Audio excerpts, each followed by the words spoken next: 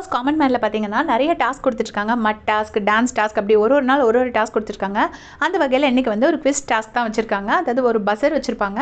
ஒரு கொஸ்டினாக கேட்க டீம்லேருந்து ஒருத்தராக வந்து அந்த பஸர் அடிச்சுட்டு ஆன்சர் பண்ணணும். மொத்தமாக 3 டீமாக பிரிச்சிருக்காங்க. முதல் டீமுக்கு கேப்டன் வந்து சுகுமாரன், 2வது டீமுக்கு கேப்டன் வந்து ஷியாமா, 3rd டீமுக்கு கேப்டன் வந்து ஷரண்யா.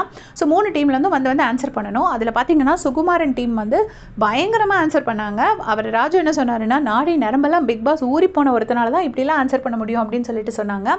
சுகுமாரன் டீமில் வந்து 9 பாயிண்ட்ஸ் வின் பண்ணியிருப்பாங்க. ஷியாமா டீமில் 7 பாயிண்ட்ஸ் அண்ட் சரண்யா டீமில் வெறும் 2 பாயிண்ட்ஸ் தான் வின் பண்ணியிருப்பாங்க. ஸோ இந்த ரவுண்டு முடிஞ்சதுக்கப்புறம் பார்த்தீங்கன்னா பிக் பாஸ்லேருந்து முக்கியமான சீன்ஸ், நிறைய ஃபேமஸான சீன்ஸ் இருக்கும்ல, அந்த சீன் ஒன்னொன்னையாக போட்டு காட்டுறாங்க.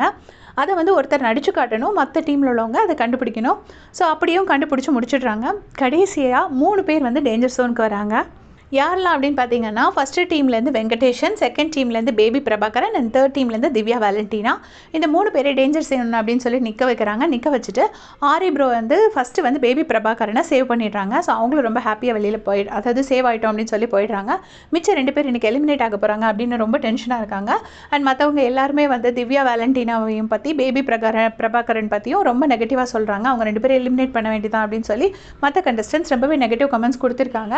ஆனாலும் கடைசியில் பார்த்தீங்கன்னா வெங்கடேஷனையும் பேபி பிரபாகரனையும் ஜட்ஜஸ் வந்து சேவ் பண்ணிடுறாங்க. ஸோ எல்லாருமே நெக்ஸ்ட் ரவுண்டுக்கு போகிறோம். அடுத்த ரவுண்டில் தான் எலிமினேஷன்ஸ் இருக்க போகுது அப்படிங்கிற மாதிரி ஒரு ட்விஸ்ட் கொடுத்துட்றாங்க.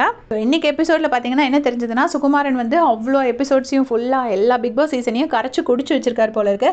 ராஜு கூட வந்துட்டு இவன் வந்து என்ன வேலை வெட்டி இல்லாமல் இருந்திருக்கான் போல இருக்கா, தான் இவ்வளோ தூரம் பிக் பாஸ் பார்த்துருக்கான் அப்படின்னு சொல்லிட்டு சொல்கிறாரு. ஸோ கண்டிப்பாக உள்ளே வந்தாருன்னா நிறைய பிரச்சனை பண்ணுவார். ஏன்னா ஃபுல்லாக பிக் பாஸை கரைச்சி குடிச்சவங்க வந்து பயங்கரமாக ப்ளே பண்ணுவாங்க. ஆனால் நமக்கு தெரியாது எதனால் செலக்ட் பண்ணலை அப்படின்னு. அவங்க எல்லாருக்கும் ஆல்ரெடி வந்து ரிசல்ட்ஸ் தெரிஞ்சிருக்கும். கரிஷ்மா, ஜேஷன் அண்ட் மணிவண்ணன், இவங்க 3 பேரை மட்டும்தான் வந்து பிக் பாஸ்க்கு செலக்ட் பண்ணியிருக்காங்க. இந்த தமிழ் பிக் பாஸில் ஓட்டிங் இருக்கா இல்லையா அப்படிங்கிறதெல்லாம் இனிமேல் நம்ம பொறுத்திருந்து தான் பார்க்கணும். தேங்க்ஸ் ஃபார் வாட்சிங்.